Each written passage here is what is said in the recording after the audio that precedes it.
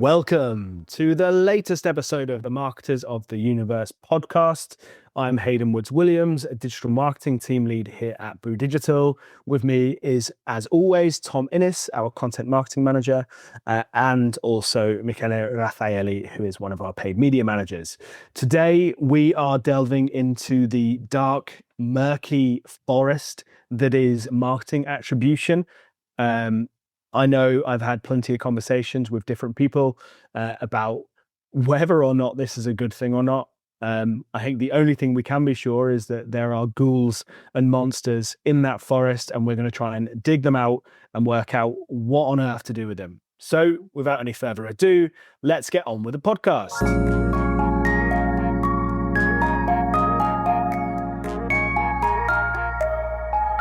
Kicking off our chat today, I think I'll probably be taking the position of interviewed rather than interviewee. So I'm going to hand over to Tom to kick off the questions.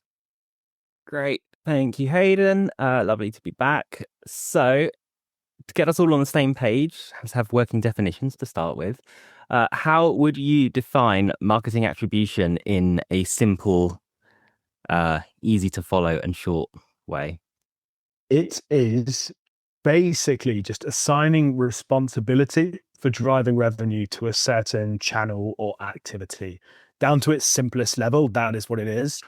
We can go into more detail if we want to and look at the different models that are available. But that may be kind of defeating your question. I don't know if Michele's got a different answer for that, but that is how I'd kind of approach it.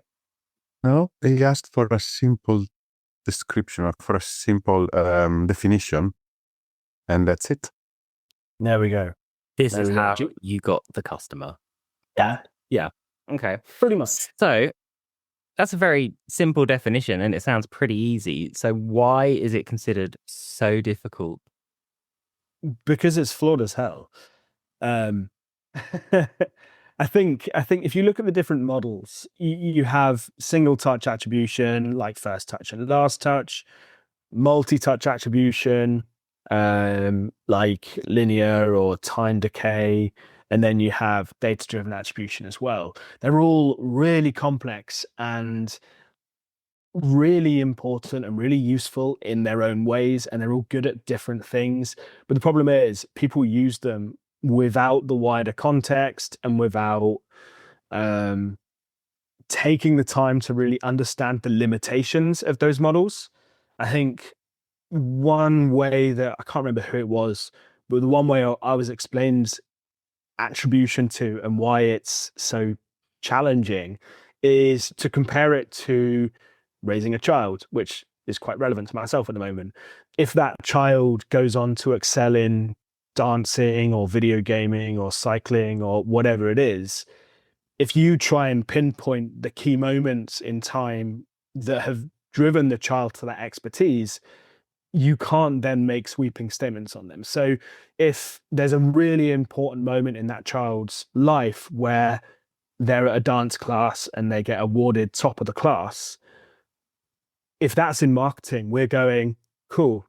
So to become a professional dancer, we need the child to, or we need the prospect to become top of the class in their dance class. That is what turns into a sale or a dancer in this situation. I think you have to kind of change your consideration and look at it as in there is a journey for the prospect. There's a journey for the child of discovery, curiosity, self-investment, self-discovery that leads that child. And every child or prospect, this is getting weird now, is different.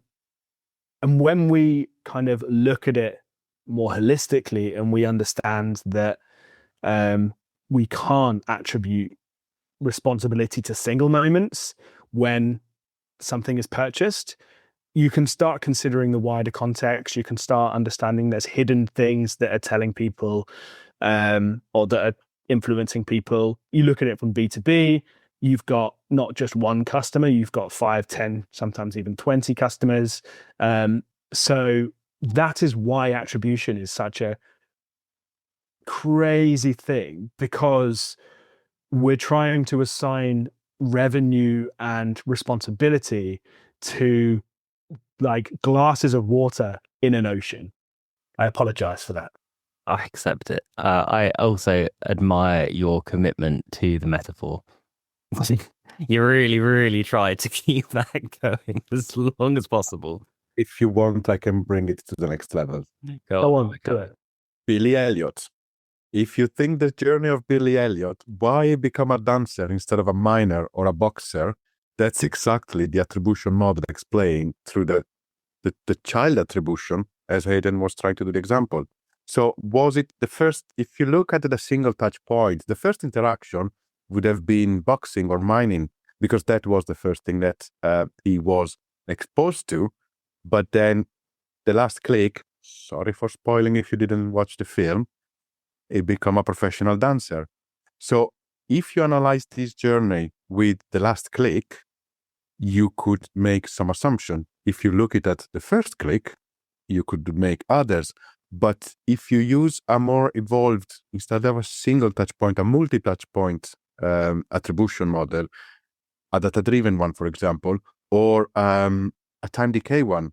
So what event during Billy Elliot's journey made him convert and become a dancer? And that's actually how it works in Absolutely. example. Completely. I wanted to be at Billy Elliot in the first 5 minutes of this podcast, but I completely agree with Michele, because it makes sense in that context. And if you're a marketer, what you need to be doing is not looking for that magical moment where Billy puts his shoes on. That's not the moment that you need to capture and recreate for every single one of your prospects. The thing that you need to recreate is the thing that's consistent throughout. Those things that are maybe less specific, but still really important. Billy attended a dance class, and he did that every Tuesday for a year. I don't know exactly what day Billy Elliot went to his dance classes, but we're going to say Tuesday. And it's exactly the same in marketing. If you want to reach your customer and influence your customer, especially in B2B where sales cycles are long, you have to find those places that they are and be in those places with them with valuable content over a long period of time. You build trust. You are then kind of top of mind when it comes to purchase. And that is what's wrong with attribution, because we're trying to pinpoint those magical light switch moments, and most of the time they don't exist. And even more often than that, we can't measure them. So why do we do them then? And why do we try to go to such lengths to do them? Like those sort of complex attribution models like multi-touch. Do we need them? Or are they just vanity metrics to make marketers feel like they are having an impact? Don't call them vanity metrics. Are they though? No, they're not. No. The only problem that we have is that we are limited by our technology at the moment. There will be a time when we have enough infrastructure to properly track those things. Now, the way the model works now is with big data. They need a lot of data from customer journeys, and then they create a model based on that. The reality is there are so many input during this journey that we can't track for legal reason, privacy, for lacking technology, cross-device, IP, ad blockers, that they don't tell us exactly what happened. I did experience 10 years ago, company that was the first one was doing it. They made this model collecting all the possible data, and I saw it in action. It could work only for brief time, because then it was breaking all the... It considers so many input that it would break, or to analyze a proper model, it would take days. So that's why the technology is the limit we have now. But if you have enough data, you can understand what exposure in your journey actually made you take the decision to convert. I was looking for some case studies where a company managed to track the 47 steps in a journey. And based on that, you will apply the model that actually tells you what moment in that full journey convinced you to purchase something. I break down this example with the fridge. If today your fridge breaks down, how long will you stay without a fridge? 24 hours, 48? So breaking down the fridge, that's what ignites your journey in becoming a fridge customer. My fridge is broken down, I need to act immediately. How much time do I have to go out physically, offline, go in a store, get to look at fridges, or have the interaction with my neighbor that bought a fridge and it's so good brand, you should try it? How much time do I have to go online watching influencer unpacking a fridge and telling me about these differences? How much time do I have to go read blogs, see articles, get my informations before I then go and click buy online, buy in the store, but you make the conversion?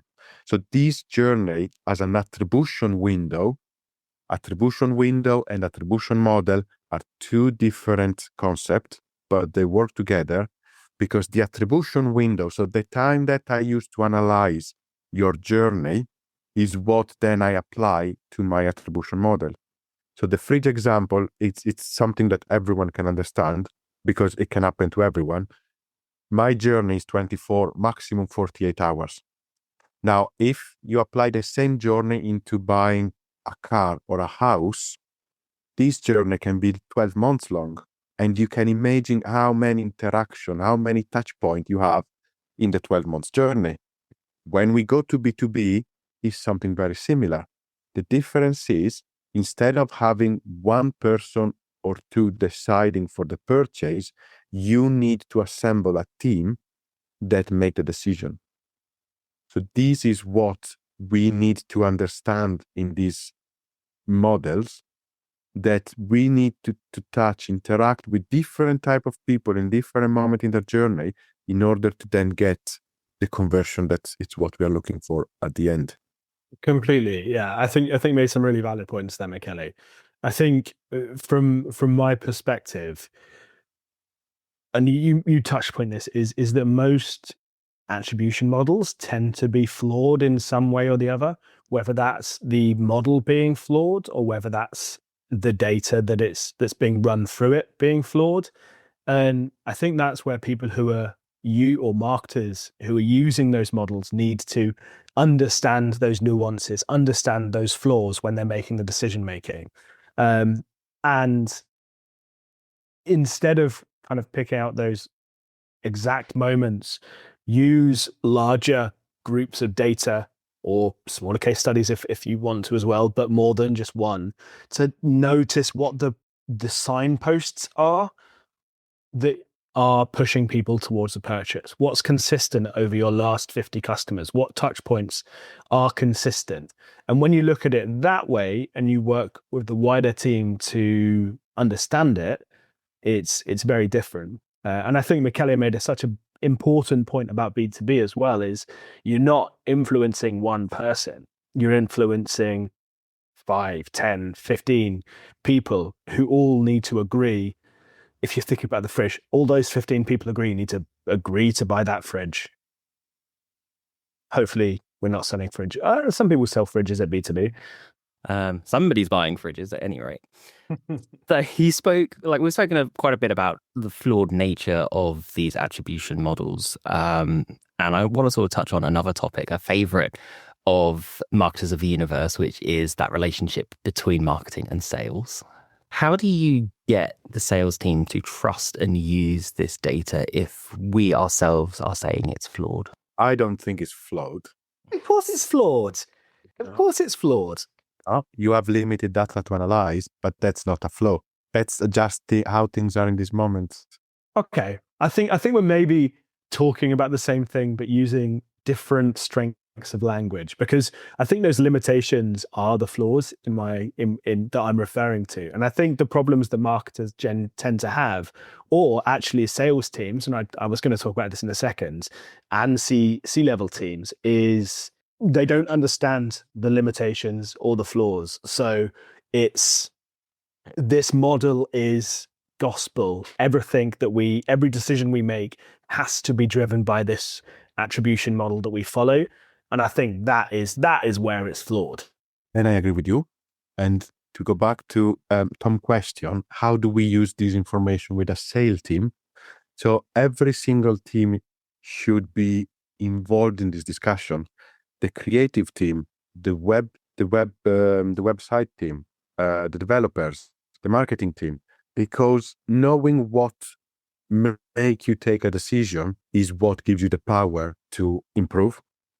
If from our journey we see that a specific landing page is what triggers a lead, then that's what we want to improve, and what we can use to test, to sacrifice maybe other points that they didn't bring enough volume to generate that, so we can try and improve that specific point.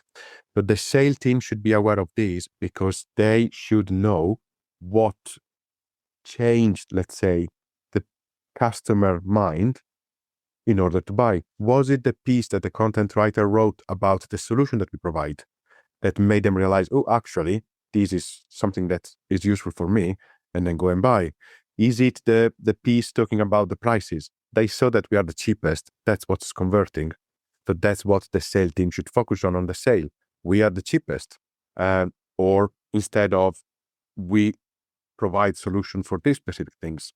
But that's how you share this data, and you use them, you make them as leverage for your final objective.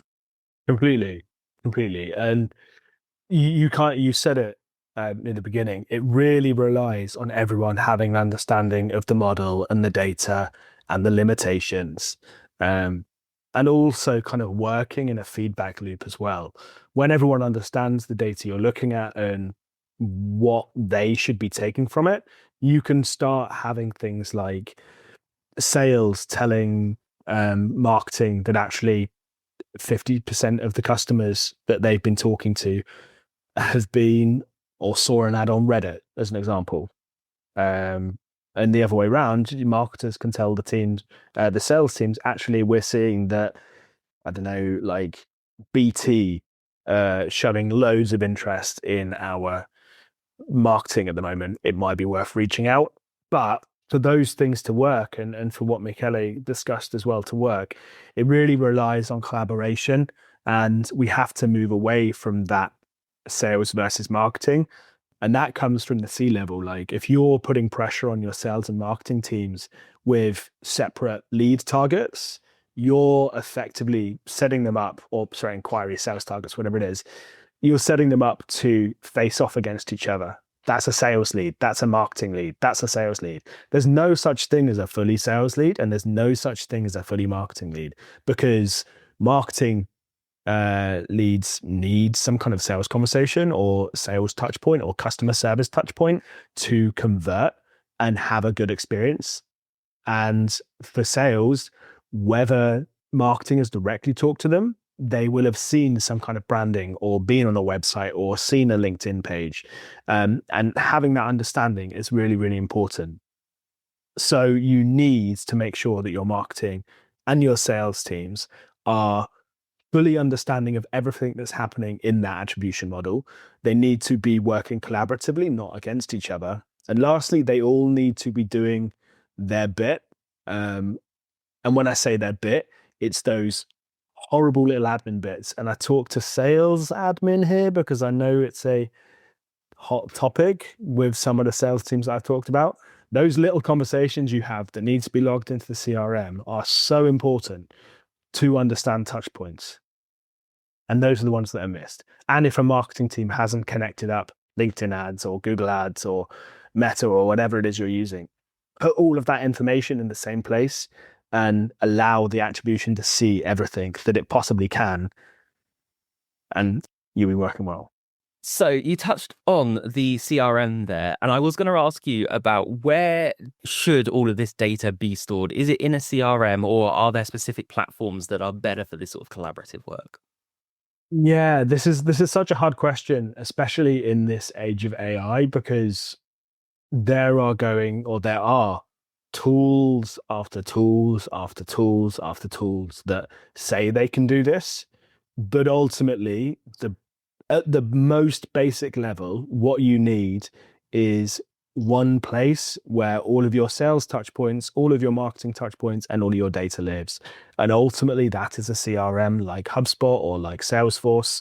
And a lot of those platforms and tools have tools within them that can help you do this kind of thing. There are other tools that will help and can help, but I think if you're starting from a very basic place, which I think most companies are, you need to make sure your CRM is in a healthy state. You have solid processes. Your sales and marketing teams are following those processes, and then you can start looking to invest in other tools. So this might touch upon the flawed element that at least you, Haydn, feel is appropriate to describe attribution. But how do you account for what's known as like the dark funnel elements of attribution? So all of those touch points where you can't easily track it, like word of mouth or like just discussions or even like B2B events, for instance. How do you track all of those? Secret microphones, like phone hacking. These things are really, no, obviously I'm joking. I'm sorry. Who knows? Maybe Google are really doing that with your Echo, and that's feeding into everything that you're doing. Conspiracy theories are like going in my head now, but I'll have to leave that. I'll head to Reddit / Or rather podcast, yeah. Exactly.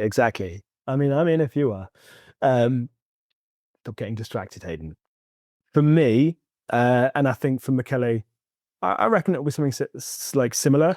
I think the big thing is trust. And this is again where it's really challenging when C-level or sales puts a lot of pressure on marketing to deliver a certain thing, because brand is often hidden and that kind of growth is hidden.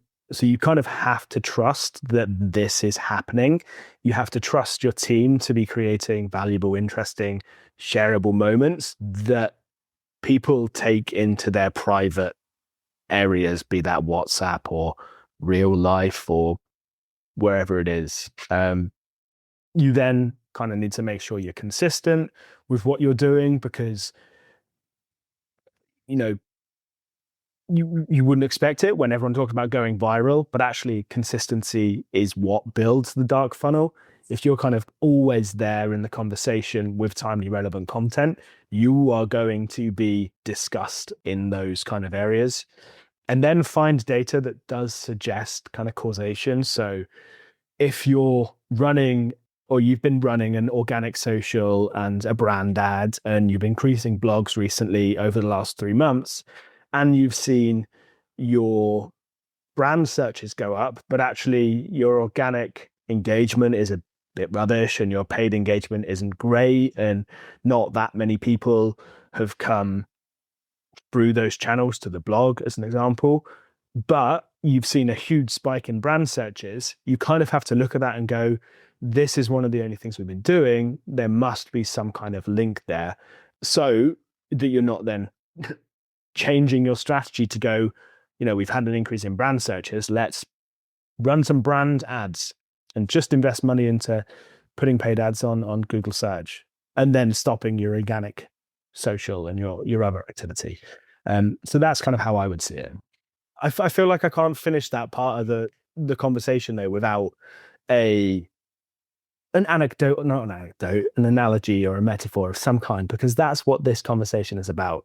Like, you go a lot further, easier, running 1 kilometer a day for 90 days than you do if you try to run 90 kilometers in 1 day. Ooh. I have nowhere to go with that, so thanks. We're just going to move on. We've mentioned the C-suite and how they might be applying pressure to sales and marketing, as is their want and definitely their job. How do you use attribution data to report to those C-suite individuals and move a conversation beyond cost per leads and towards this sort of marketing influenced revenue? Educated guesses.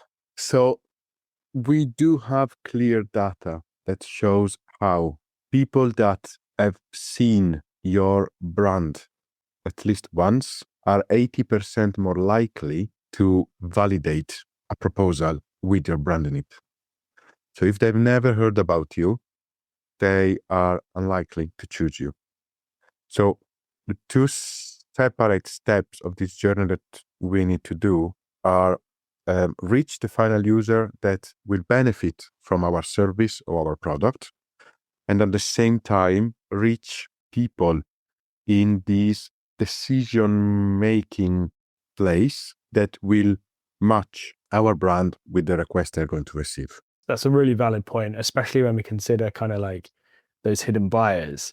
I think if we're looking at how to communicate upwards to the CEOs and the CTOs and the CFOs, there is a big fear and there is a lot of kind of misinformation and fear mongering chucked around on LinkedIn.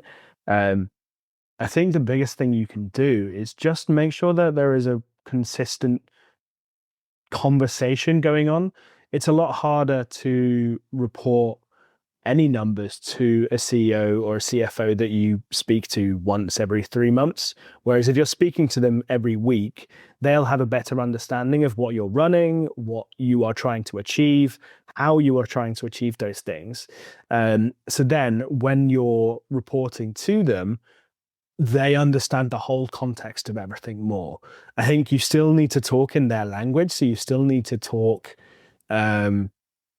marketing influence revenue, cost per lead where you can, and you have to use those attribution data models to try and feed into that.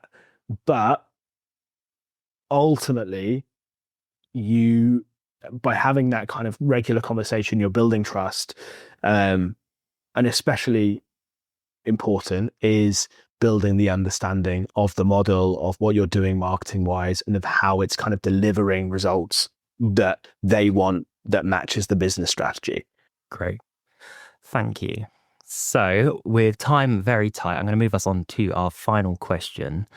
Given the shift away from third-party cookies, what should marketers be using right now to build a reliable attribution model, or as reliable as it can be given the flaws we continually refer to? And Michele, I'm going to start with you. They should keep things simple. They should allocate the right time for channel to develop and deploy their potentials. Keep changing strategy. It doesn't help understand what's working or not. So if you do your homework at the beginning and you have everything prepared, all your audience analysis, your creatives, your ad copies, the landing pages, feedback from the sales team, everything is prepared, you should trust your strategy and you should just go for it within the time that in average takes you to convert someone. Keep changing it every day or every week because you don't have the results you want. It won't help you to understand what's actually working. Yeah. I think the keep simple point is really, really poignant. If you are not, like, before you even consider tooling, if you're not doing the basics right, that's the sales admin, the connecting channels up, the having a strategy, all of those things, then you've probably got a flawed or limited attribution model regardless. I think what I would say is use common sense as one thing, use collaboration, and as a starting point, ensure that you have a CRM that the teams have processes around that they are using effectively, that all sales conversations are linked to, that as much of your marketing is linked to, because that just allows you to ensure that when the time comes that you are mature enough to start implementing more complex tools or more complex attribution models, you have a catalog of data that is consistent and reliable. Thank you very much, both of you. hopefully you have found this podcast useful. It's always nice to get Haydn and Michele together, and I love it when they disagree. I love it more when they agree. But that is all we have time for today. Thank you so much for listening, and we hope you found some useful snippets in this podcast. We love that you've made it this far through your listen, and we love making this content for you. So if you could recommend this show to one friend that you think would enjoy listening, then we would be exceptionally grateful. If you didn't enjoy it, then give it to somebody you don't like, because there's no point in both of us being disappointed. We have been the Marketers of the Universe. My name is Tom Inniss. It's been Haydn and Michele talking about market attribution. And until the next one, we hope you have a wonderful day.